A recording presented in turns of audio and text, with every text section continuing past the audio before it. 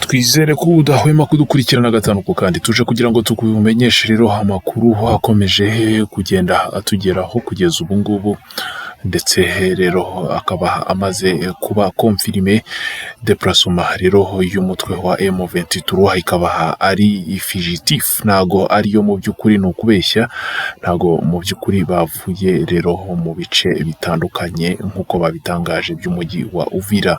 Ni ibyatangajwe rero na guverinoma ya Repubulika ya Demokarasi ya Kongo ibinyujije rero mu muvugizi wayo cyane cyane Patrick Muyaya, ndetse byongera no gutangazwa kandi na guverinora rero ya hariya muri Uvira, aho rero baje gutangaza bavuga yuko n'amatangazo n'amavideo yakwirakwijwe ku mbuga nkoranyambaga cyane cyane akanashyirwaho n'ibitangazamakuru bikomeye nka Al Jazeera ndetse n'igitangazamakuru nka BBC arihe amavideo y'ibibeshyo, ndetse umutwe wa M23 wakoze igisa no kurotira, ariko mu by'ukuri ari ukubeshya ndetse no gushaka kugerageza kushaka uburyo babeshya rero opinion internationale. République démocratique du Congo, province du Sud Kivu, ministère provincial en charge de la communication et médias, porte-parole du gouvernement. Communiqué officiel numéro 70/min/com-média/SK/2025 concerne mise au point du gouvernement provincial du Sud Kivu sur les retraits de l'armée rwandaise et ses supplétifs de l'AFC M23 de la ville d'Uvira.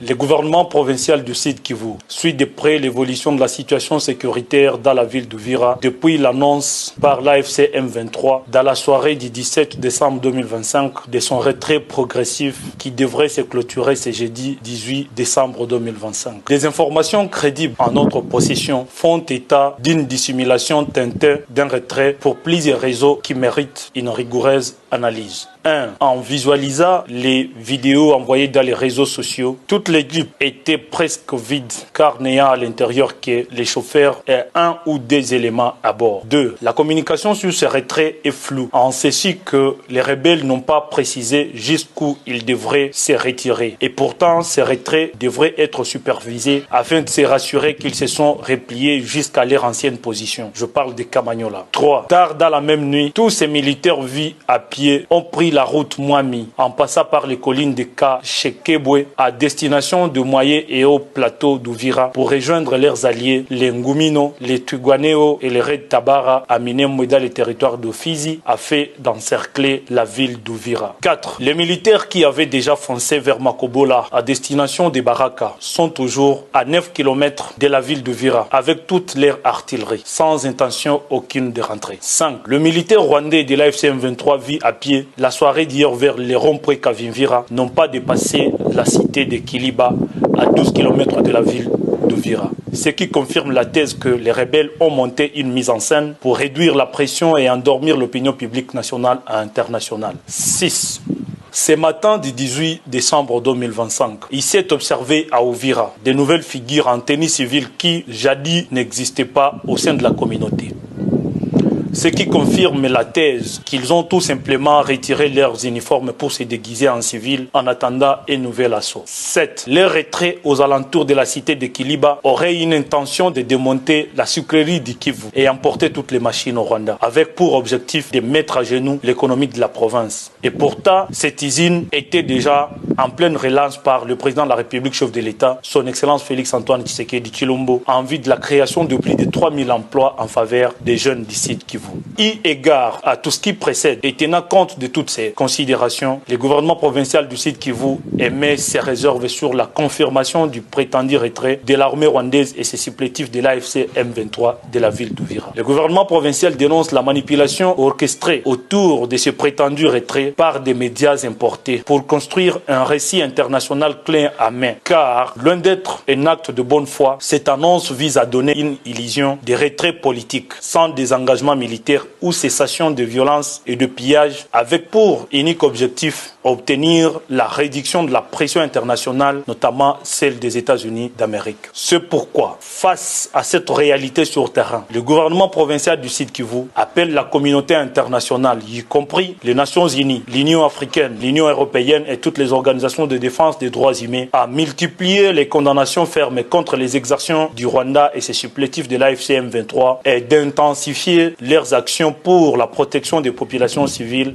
victimes innocentes de ces atrocités. Le gouvernement provincial demande instamment aux États-Unis d'Amérique et à leurs partenaires internationaux d'exiger du Rwanda un retrait total et effectif de toutes ces forces et celles qu'ils contrôlent sur l'ensemble des zones occupées dans les provinces du Sud Kivu et du Nord Kivu, jusqu'à leur position cantonnée antérieure, c'est-à-dire Bunagana, conformément au droit international. Le gouvernement provincial lance un vibrant appel à toutes les organisations humanitaires d'accorder un bénéfice de l'urgence à la situation humanitaire très critique des Congolais cantonnés dans différents sites de transit au Burundi en vue de leur acheminement au camp déplacés et de réfugiés sans assistance humanitaire depuis le 9 décembre 2025. In fine, le gouvernement provincial du Sud Kivu, sous la conduite de son Excellence, Monsieur le professeur Jean-Jacques Pouroussi Sadiki, réaffirme son indéfectible engagement en faveur de la protection de toutes les populations civiles sans discrimination et distinction ethnique ou tribale, la sauvegarde de l'intégrité territoriale de la République démocratique du Congo et enfin la promotion de la paix, de la vérité et du respect des droits humains dans toute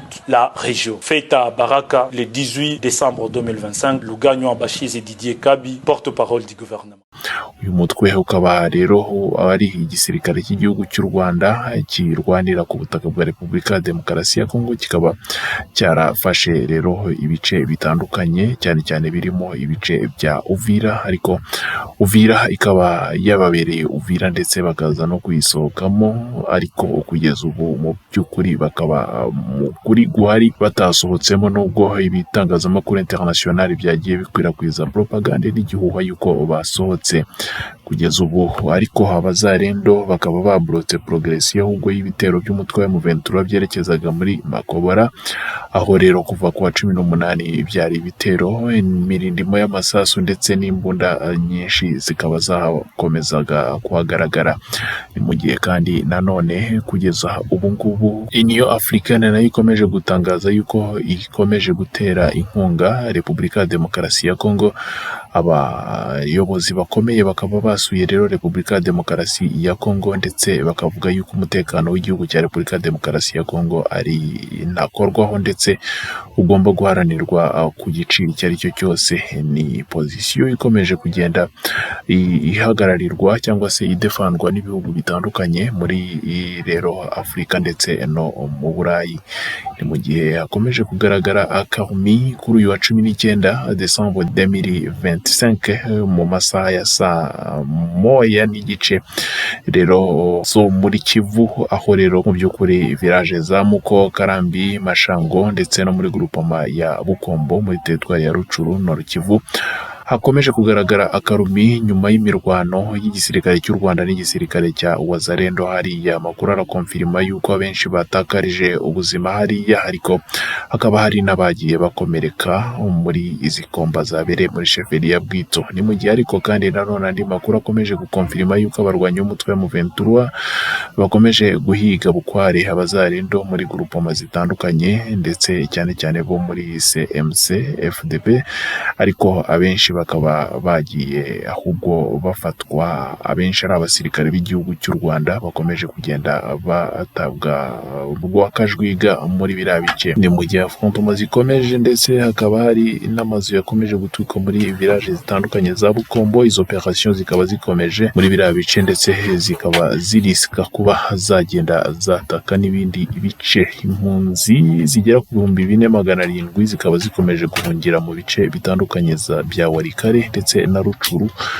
Aba bantu bakomeje guhunga rero, hari nako bose bagera hamwe mu 23,000 bose rero bakaba bakomeje guhunga bava muri village za Ikobo Kateku muri biriya bice byose byerekeza muri Walikale. Icyumweru gishize impunzi zari zakomeje kugenda zigera ku 25 kuri akse ya Birundure iyobora Bulindi muri ziriya zone zose, cyane cyane zone de santé de Kibirizi muri teritwari ya Rucuru ndetse na Nord Kivu. Abenshi bari kuva muri Kateku, muri Mukingi ndetse no muri Rubwe, muri Kasungu, bose bakaba bakomeje kugera ku 23. Izi mpunzi zose zikomeje kwiyinstara muri sheferi ya Bwito, kuva rero ku bice bya Bulindi, mu bice bya Buheri, mu bice bya Birundure ndetse no muri Yobora. Kondisiyo zabo zikaba zikomeje kuboneka kari mbi cyane, impunzi zikomeje kuhapfira, abana barapfa ndetse imbeho imeze nabi, ntacyo kwifubika bafite ndetse ibyo kurya nabyo ntago bihagije. Population yo kuri iriya axe ikomeje kugenda ihura n'ibibazo ndetse yewe imirima ikomeje kugenda yangirika, imyaka barayishingamo amaburende bagatangira kuhatura.